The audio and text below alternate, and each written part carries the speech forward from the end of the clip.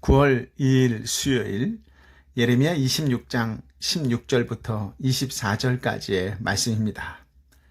누가 영혼을 살릴 수 있을까요? 어떤 삶이 이웃을 살릴 수 있을까요? 소위 박사, 학자라고 하는 배운 사람들일까요? 비슷한 말로 그 분야의 전문가들일까요? 학자도 박사도 전문가도 차고 넘치는데 왜 사람들은 그렇게 아파하는 것일까요? 사회는 왜 이토록 혼란스러운 것일까요? 성경에는 고귀한 가치를 알고 그 길로 인도하는 사람이 영혼을 살릴 수 있다고 합니다. 죄와 회개, 구원과 생명, 믿음과 사랑, 은혜와 긍휼, 정의와 공평 같은 고귀한 가치를 추구하고 사람들을 그 길로 인도하는 사람이 영혼을 살릴 수 있습니다. 그 사람은 하나님의 얼굴을 보고 살며 이웃에게 그 변화된 삶을 보여주며 살아가는 사람이지요. 얼굴과 얼굴이 맞대면 살아나고 등과 등이 맞대면 사라집니다. 오늘도 하나님과 동행하며 말씀을 가지고 이웃과 대면하는 복된 삶, 은혜의 통로, 구원의 통로, 축복의 통로의 삶이 되시기를 예수님의 이름으로 축복합니다. 예레미야가 성전뜰에서 성전과 성읍에 대한 부정적 예언을 하므로 거짓 선지자들과 제사장들과 백성들이 그를 붙잡아 죽이려 했었습니다. 그로 인해 왕궁에서 왕의 관리들이 파견되어 관리들은 재판을 열었습니다.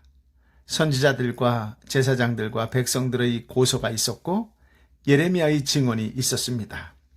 왕의 관리들은 예레미야를 죽일 이유가 없다고 판결했습니다. 16절 말씀입니다. 그러자 관료들과 모든 백성이 제사장들과 예언자들에게 말했다. 이 사람이 죽는 것이 합당하지 않다. 이는 그가 우리 하나님 여호와의 이름으로 우리에게 말했기 때문이다. 제사장과 왕실의 거짓 예언자들과 변덕스러운 군중이 예레미야를 붙잡고 그가 가짜로 하나님의 이름을 의지하여 예언했다고 당국에 고발했지요. 그러자 예레미야의 자기 변론에 가까운 설교를 들은 왕실 관리들과 변덕스러운 군중과 그가 여호와로부터 부름을 받아 예언했다는 사실을 알고서는 예레미야를 처형해서는 안 된다는 확신을 하게 됩니다.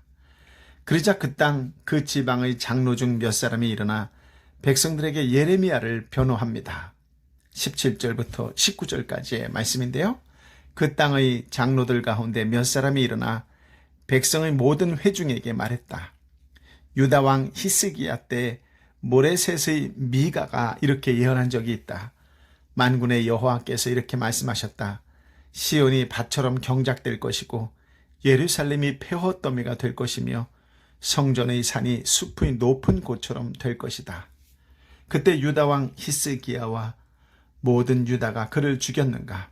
오히려 그가 여호와를 두려워해 여호와께 간구하지 않았는가? 그리하여 그들에게 선언하신 재앙에 대해 여호와께서 마음을 돌이키지 않았는가? 우리는 우리 자신 위에 큰 재앙을 가져오려 하고 있다. 장로들은 두 가지 예를 들면서 예레미야에 대한 사형 선고의 부당함을 피력하지요. 첫 번째의 예는 히스기야 시대에 사역했던 미가 선지자가 선포한 말씀에 대한 히스기야 왕의 반응입니다. 미가서 3장 12절에 보면 미가 선지자는 이렇게 선포합니다. 시온은 밭처럼 갈아엎음을 당할 것이며 예루살렘은 폐허가 되고 성전이 있는 산은 숲을 뒤덮을 것이다. 즉 시온과 예루살렘 및 성전의 멸망에 대해 선포를 했습니다. 그때 히스기야 왕은 미가 선지자가 선포한 그 말씀을 진지하게 받아들였습니다.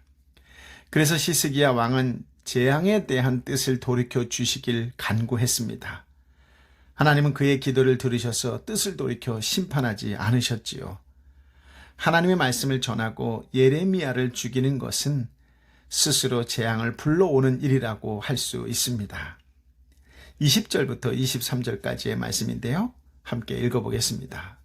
여호와의 이름으로 예언하는 또 한 사람이 있었는데 기럇 여아림 출신이며 스마야의 아들인 우리야였다. 그는 이 성읍과 이 땅에 대해 예레미야와 같은 말로 예언했다. 여호와의 야김 왕과 그의 모든 용사들과 그의 모든 관리들이 그의 말을 듣고서 왕이 그 사람을 죽이려고 했다. 그러나 우리야가 그 소식을 듣고 두려워서 도망해서 이집트로 갔다. 그러자 여호야김 왕이 악보르의 아들 엘라난을 비롯해 몇 사람을 이집트로 보냈다.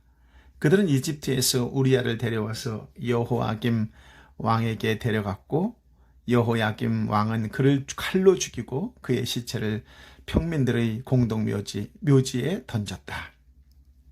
미가의 예언을 수용한 히스기야와 유다 백성의 태도는 예레미야와 같은 시대에 활동했던 우리야 예언자를 대하는 여호야김의 태도와 뚜렷한 대조를 이룹니다. 여호야김 왕 때에 스마야의 아들 우리야라는 선지자가 있었는데 그도 역시 예레미야처럼 여호와의 이름으로 예루살렘 성전과 성읍에 대한 멸망을 예언 선포했습니다. 그러자 여호야김 왕과 그의 용사들과 관료들이 우리야를 죽이려고 하자 우리야는 두려워서 이집트로 도망치고 말았지요.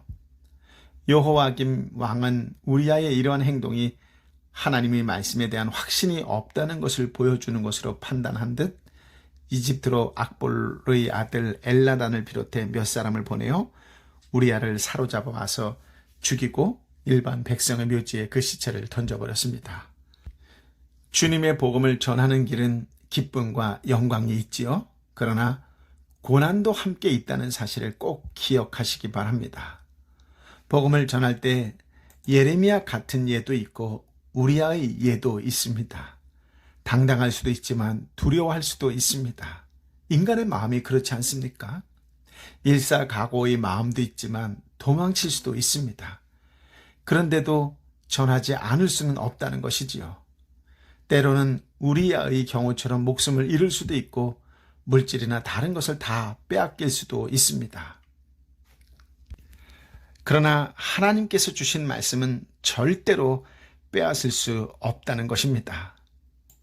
우리의 믿음은 빼앗을 수 없습니다. 우리의 구원 역시 빼앗을 수 없습니다. 우리가 믿음으로 전할 때 살아계신 하나님이 반드시 역사하기 때문에 그렇습니다. 그렇게 전해진 말씀은 반드시 열매를 맺을 것입니다. 아멘. 누가 예언자, 선지자, 참된 예언자요, 참된 선지자일까요? 예언자는 하나님의 말씀을 가감없이 전달해야 합니다. 죽음의 위기 속에서도 사람들이 청종하지 않을 때도 자기 처지를 고려하는 대신 하나님의 사명을 감당하는 것을 가장 중요하게 여기지요. 그 사람이 바로 참된 선지자요 하나님의 사람입니다. 이 시대를 살아가는 그리스도인도 역시 마찬가지입니다.